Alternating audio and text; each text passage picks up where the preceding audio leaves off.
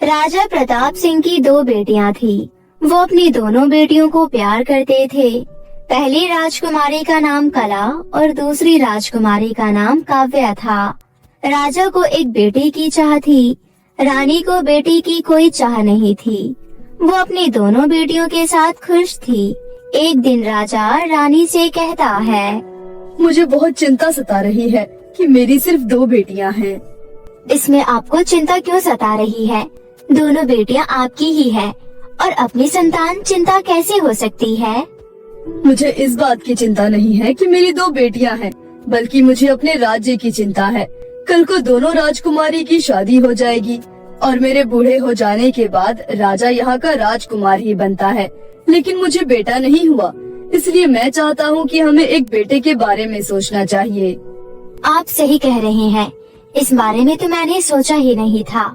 अब आप यहाँ के राजा हो तो इस राज्य के भविष्य के बारे में सोचना भी आपकी जिम्मेदारी है। इस तरह राजा रानी को एक बेटा होने की इच्छा थी।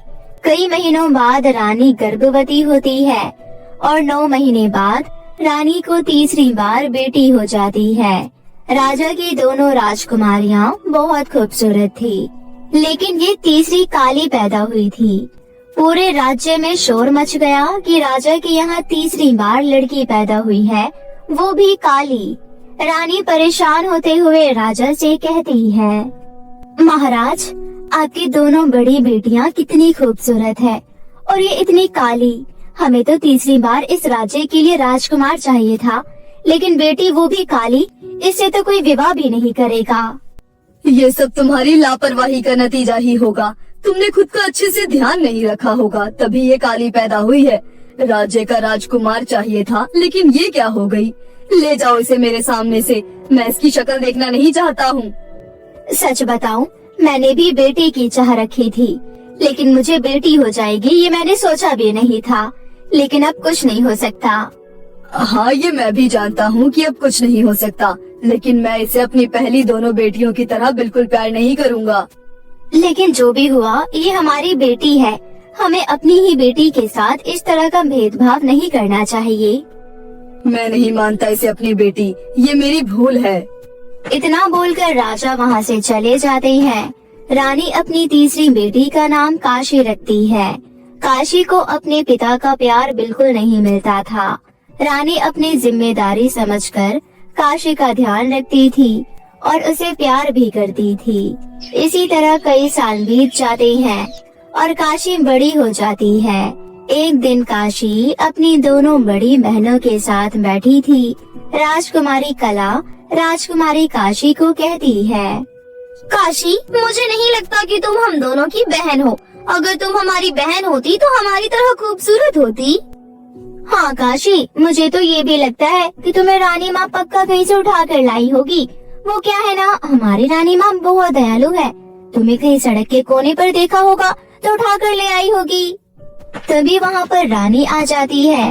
राजकुमारी काशी रानी से कहती है, रानी माँ, देखो ना, दीदी कह रही है कि मैं आपकी बेटी नहीं हूँ और ना ही उनकी बहन। अगर मैं काली हूँ, इसमें मेरा क्या कसूर? दोनों दीदी मेरा इतना मजाक क्यों बनाती हैं? क्यों बनाते हो अपनी छोटी बहन का इतना मजाक? देखना, एक दिन एक सुंदर सा राजकुमार आएगा और इससे विवाह करेगा। जब इसका विवाह हो जाएगा, तुम दोनों रोते रहना इसकी याद में। खूबसूरत राजकुमार, वो भी इस काली को? वैसे रानी माँ, हम दोनों को इसकी कभी याद नहीं आने वाली है, क्योंकि हम इसे अपनी बहन ही नहीं मानते। हाँ माँ, और वैसे भी इसे तो पिताजी भी बिल्कुल प्यार नहीं करते हैं। वो बस हम दोनों को प्यार करते हैं। रानी माँ, पिताजी मुझे क्यों नहीं पसंद करते? क्या मैं काली हूँ इसलिए वो मुझे पसंद नहीं करते? मेरा भी मन करता है कि पिताजी मुझे दोनों दीदी की तरह प्यार करें, लेकिन वो तो मेरी तरफ देखते तक नहीं है। आप उनसे कहती क्यों नहीं हो रानी माँ कि वो भी मुझे प्यार करें? ये समय इन बातों का नहीं है। तुम अभी अपने कक्ष में जाओ, क्योंकि थोड़ी देर बाद तुम्हारे पिताजी यहाँ आने वाले हैं। अगर उन्होंने तुम्हें यहाँ देख लिया तो बहुत गुस्सा करेंगे। राजकुमारी काशी अपने कक्ष में चली जाती है। थोड़ी देर बाद राजा रानी के पास आते हैं। कल हम सबको मेरे दोस्त राजा प्रताप सिंह की बेटी के विवाह में जाना है। राजकुमारी काशी भी चल सकती है क्या? मैंने तुम्हें कितनी बार कहा है उसका नाम मत लिया करो मेरे सामने। मैं महल में तो उसकी शक्ल नहीं देखता और उसे मैं उत्सव में लेकर जाऊंगा। इतना बोलकर राजा वहाँ से चले जाते हैं। अगले दिन राजकुमारी कला और राजकुमारी काव्या उत्सव में जाने के लिए तैयार हो रही थी। राजकुमारी काशी उनके कक्ष में जाती है। आप दोनों तैयार क्यों हो रही हो? महल में तो कोई उत्सव नहीं है। हम पिताजी की मित्र की बेटी की विवाह में जा रहे हैं। मुझे क्यों नहीं बताया? मैं अभी तक तैयार नहीं हुई। मैं जल्दी से तैयार होकर आती हूँ। तुम्हें तैयार होने की कोई जरूरत नहीं है। पिताजी ने तुम्हें हमारे साथ चलने से मना किया है। चुपचाप अपने कक्ष में जाओ। तुम इस लायक नहीं जो हम तुम्हें अपने साथ लेकर जाए। राजकुमारी काशी को बहुत बुरा लगता है और वो अपने कक्ष में जाकर रोने लगती है।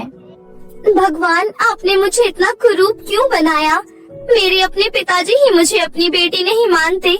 मैं तो बस एक मजाक बनकर रह गई हूँ। जिसका पिता ही उससे नफरत करता हो उसका जीना व्यर्थ है। तभी अचानक राजकुमारी काशी के कक्ष में एक परी प्रकट होती है। परी राजकुमारी काशी से कहती है, राजकुमारी काशी, तुम रोना बंद करो। आप यहाँ? हाँ, मैं तुम्हें यहाँ कुछ बताने आई हूँ। क्या?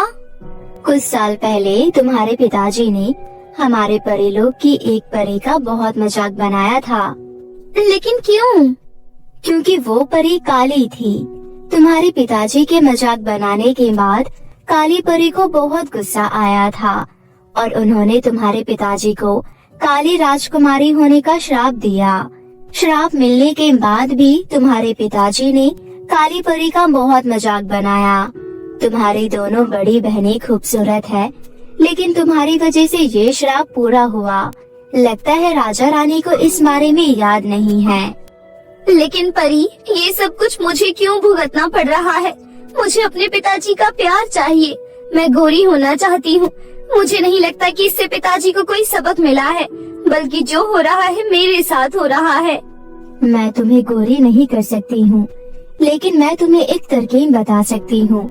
जिस दिन तुम्हारे पिताजी को अपनी गलती का पश्चाताप हो जाएगा, उस दिन तुम गोरी हो जाओगी। उसके बाद परी वहाँ से गायब हो जाती है। राजकुमारी काशी अपने मन में सोचती है, पिताजी तो मुझे अपने आसपास भी नहीं रहने देते हैं और ऊपर से उन्हें ये सब याद भी नहीं है। पिताजी को अपनी गलती का पछतावा कैसे होगा? राजकुमारी काशी को समझ नहीं आ रहा था कि आखिर वो क्या करे। तभी कुछ दिनों बाद राजा शिकार पर जाते हैं और शिकार करते हुए एक जंगली जानवर राजा पर हमला कर देता है। जंगली जानवर ने राजा पर बहुत गहरा हमला किया था, जिसकी वजह से राजा बहुत घायल हो जाते हैं। वो चोट इतना गहरा था कि बड़े बड़े हकीम भी उसे ठीक नहीं कर पा रहे थे। ये सब देखकर राजकुमारी काशी रानी से कहती है, रानी माँ, पिताजी को बहुत चोट आई है। कोई उन्हें ठीक नहीं कर पा रहा। वो यहाँ के राजा हैं। उनका इतने दिनों तक घायल रहना राज्य के लिए अच्छी बात नहीं है। मैं उनकी सेवा करना चाहती हूँ। लेकिन तुम्हारे पिताजी तो तुम्हारी शक्ल भी नहीं देखना चाहते हैं, फिर भला तुमसे सेवा क्यों करवाएंगे? रानी माँ, मैं पिताजी के पास एक हकीम का रूप लेकर जाऊंगी। आप बस इतना बोल देना कि मैं दूर किसी गांव की हकीम हूँ जो उनकी चोट ठीक करने आई हूँ। पर तुम अपने पिताजी को कैसे ठीक कर पाओगी? ठीक होने के लिए असरदार दवाइयों की भी जरूरत होती है। आप वो सब मुझ पर छोड़ दीजिए। बस मैंने जो आपको कहा है इसके लिए आप मेरी मदद कर दीजिए। रानी राजकुमारी काशी की बात मान लेती है। उसके बाद राजकुमारी काशी अपने कक्ष में जाती है और परी को याद करती है। परी वहाँ पर प्रकट हो जाती है। परी, मुझे अपने पिताजी की चोट के लिए एक असरदार दवाई चाहिए। यहाँ की किसी भी प्रकार की दवाई ने उन पर कोई असर नहीं किया है, इसलिए मुझे आपकी मदद चाहिए। परी अपनी शक्ति से वहाँ कुछ औषधि प्रकट करती है। ये हमारे परीलोक की बहुत शक्तिशाली औषधि है। तुम ये अपने पिताजी की चोट पर लगा देना और देखना कुछ ही दिनों में वो पहले की तरह स्वस्थ हो जाएंगे। राजकुमारी काशी परी को धन्यवाद करती है। उसके बाद राजकुमारी काशी एक हकीम का रूप लेकर दुपट्टे से अपना मुंह ढक लेती है और रानी के पास जाती है। राजकुमारी काशी रानी को सारी बातें बताती है। फिर रानी राजकुमारी को राजा के पास लेकर जाती है। ये तुम किसे लेकर आई हो और ये अपना चेहरा क्यों ढक रखी है? महाराज, मैं आपकी चोट ठीक करने के लिए दूर गांव से हकीम लेकर आई हूँ। मुझे अभी तक जितने हकीम आए हैं कोई ठीक नहीं कर पाया, फिर ये मुझे ठीक कैसे कर पाएगी? इन्होंने कई राजा राजकुमारी की चोट ठीक की है। इनकी दवाइयाँ बहुत असरदार होती है। मुझे पूरा विश्वास है इनकी निगरानी में आप ठीक हो जाएंगे।